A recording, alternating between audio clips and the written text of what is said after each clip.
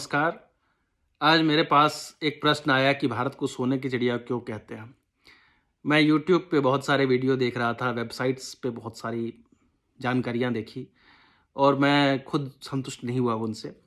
और ये सवाल तो हम बचपन से सुनते आ रहे हैं। एक बहुत बढ़िया गीत भी है, जहाँ डाल डाल पे सोने की चिड़िया करती है बसेरा, वो भारत देश है मेरा। लेकिन मैं जानना चाहता हूँ कि सोने की चिड़िया आखिर किसने कहा और क्यों कहा और कब कहा? क्या वाक़ई भारत में बहुत ज़्यादा सोना हुआ करता था या कोई और वजह थी? तो इसमें आप देखेंगे कई लोग कई तरह के तर्क देते हैं, पॉइंट वाइज़ बताते हैं कि इस वजह से हुआ होगा। जैसे कहा जाता है कि भारत में वाक़ई बहुत सोना था। भारत में सोने की खान हुआ करती थी। कोलार या हट्टी जैसे खानों का नाम ज़िक्र किया जाता है। लेकिन जो मेटलर्जी भारत की थी वो भी समृद्ध थी, तो ऐसा मुमकिन है कि भारत के अपने संसाधनों से भी सोना होता हो। लेकिन मैं इस बात से पूरी तरह संतुष्ट नहीं हूँ कि भारत के अपने खानों से सोना होता था और हमारे यहाँ सोने का कोई खजाना था, क्योंकि सोने के बेहतर खजाने जो हैं वो अन्य देशों में मिले थे और मिले। तो और मेटलर्जी भी जो थी वो रोमन की काफ़ी अच्छी थी। तो मेरे ख्याल से उस तर्क को अलग करते हुए दूसरा तर्क दिया जाता है कि भारत में बहुत ज़्यादा अन्य चीज़ें थी, जैसे मसाले थे और भारत से चीज़ें निर्यात होती थी। रेशम निर्यात होता था, अनाज निर्यात होता था और हीरे जवाहरात निर्यात होते थे, हीरे और अन्य रत्न निर्यात होते थे। ये बात 100% सही है कि भारत वाकई भारत के पास बहुत ज़्यादा संसाधन थे और हैं, जो कि निर्यात किए जाते थे। और उस समय जब निर्यात करते थे तो उस समय सोने की मुद्रा या सोने की चीज़ें लेकर हम उनको देते थे। ये बात सही है और ये एक बड़ा कारण है कि भारत सोने की चिड़िया थी। और व्यापार का जो हमारी मुद्रा थी वो सोना थी।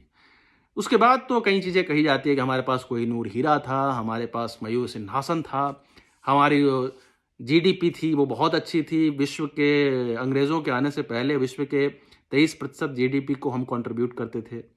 ये सब बातें ठीक है, लेकिन ये सब तो बहुत बाद की बातें हैं और हम सीधे जंप करके नहीं आ सकते हैं। जब हम कहते हैं रोमन एम्पायर की बात करते हैं और उसके बाद सीधे कूद कर हम आ जाते हैं अंग्रेज़ों के आने तक, तो ये इस तरह से बात नहीं बनती है। सोने की चिड़िया की बात थोड़ी और पुरानी हो सकती है। सबसे पहले जिक्र आता है बाइबल में।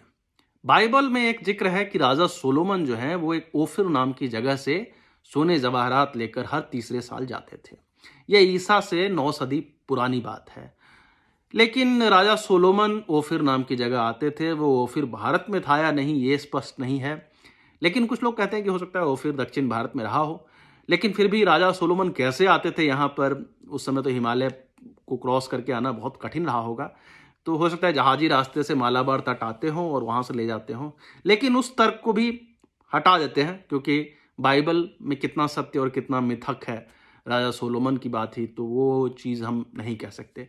उससे ज़्यादा पक्की बात होती है हेरोडोटस, एक ग्रीक व्यक्ति, उन्होंने लिखा है कि भारत बहुत ही समृद्ध है और बहुत ही ज़्यादा जनसंख्या है। हालांकि हेरोडोटस खुद भारत आए थे, इसका कोई प्रमाण नहीं मिलता है।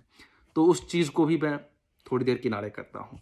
सिकंदर की बात करते हैं। सिकंदर भारत आने के प्रयास करते हैं, लेकिन उनको लौट कर जाना पड़ता है और उनको भी ये चीज़ शायद नहीं मिली होगी कि भारत सोने की चिड़िया थी। उसके बाद सेल्यूकस निकेटर आते हैं और वो चंद्रगुप्त मौर्य के साथ उनकी टक्कर होती है, कह सकते हैं। उनकी बेटी की शादी भी होती है चंद्रगुप्त मौर्य से और उनके राजदूत मेगास्थनीज भारत के वैभव को, पाटलिपुत्र के वैभव को चित्रित करते हैं अपनी पुस्तक इंडिका में। और वो वहाँ से आप कह सकते हैं कि उन्होंने देखा वाकई सोने की चीज़ें भारत में काफ़ी ज़्यादा उपयोग होते हुए, और वो सोना कहाँ से आता था इस चीज़ के बारे में स्पष्टता नहीं है। लेकिन मुमकिन है कि ये व्यापार से आता हो। हम जब सामान दूसरे को देते थे तो हमको सोना वापस मिलता हो और इस तरह से काफ़ी अच्छा हमारे पास गोल्ड रिज़र्व हो चुका हो, जो आज भी भारत के पास एक अच्छा खासा गोल्ड रिज़र्व है।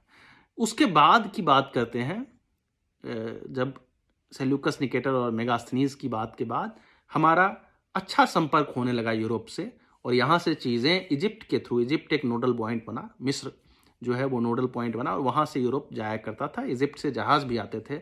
और अगर हम बात करें कि वास्को डिगामा को हम बोलते हैं भारत की खोज का व्यक्ति, लेकिन उससे पहले भारत बहुत लोग आ चुके थे। अगर यूरोपीय नज़र से भी देखें तो इस तरह के व्यापार चल रहे थे, रोमन समय से ही चल रहे थे। तो ऐसा कुछ वास्को डिगामा ने कुछ नई खोज नहीं की थी।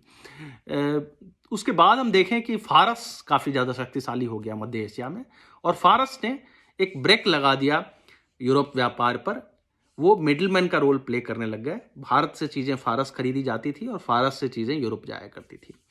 उसके बाद जब मुसलमानों का साम्राज्य आया और क्रूसेड चल रहा था ईसाइयों के साथ, तो उन लोगों का भारत आना बहुत मुश्किल हो गया यूरोपियों का मध्य एशिया के रास्ते। फिर वो एक रास्ता ढूंढने लगे, जहाज़ी रास्ता ढूंढने लगे जिससे कि भारत पहुंचा जा सके, और तब कोलंबस से लेकर वास्को डिगामा तक निकले। तो हम कह सकते हैं कि वास्को डिगामा ने जो खोजा वो एक जहाज़ी यात्रा खोजा। अदरवाइज यूरोप से तो हमारा रास्ता पहले से बना हुआ था और काफ़ी व्यापार हो रहा था। हमारा देश में जो सोना आ रहा था वो सोना रोम से आ रहा था, वो सोना अरब से आ रहा था, वो सोना फारस से आ रहा था, और हम सोने के चिड़िया बनते जा रहे थे। लेकिन ऐसा नहीं है कि हम यहाँ सोने का उत्पादन करते थे, इस कारण हम सोने के चिड़िया बनते थे। दूसरी बात कि हमारे यहाँ से जो रेशम जाया करता था, वो रेशम रोमन महारानियाँ जो हैं वो पहनती थी रेशम के कपड़े। तो हमारे पास ऐसी संपत्तियाँ थी जिसके बदले में वो लोग चाहते थे कि हम अपनी मुद्राएं दे दें। और भारत को एक कहा जाता था गोल्ड सिंक, यानी दुनिया भर का सोना जो है वो भारत में जमा होता जा रहा है। ये एक बड़ा कारण बना उपनिवेशवाद का। वास्को डिगामा द्वारा भारत को खोजना, भारत के तट पर आना, वो कह सकते हैं उपनिवेशवाद के शुरुआत की एक वजह थी। और इस कारण ये सोने की चिड़िया का ठप्पा जो है वो भारत पर लग गया।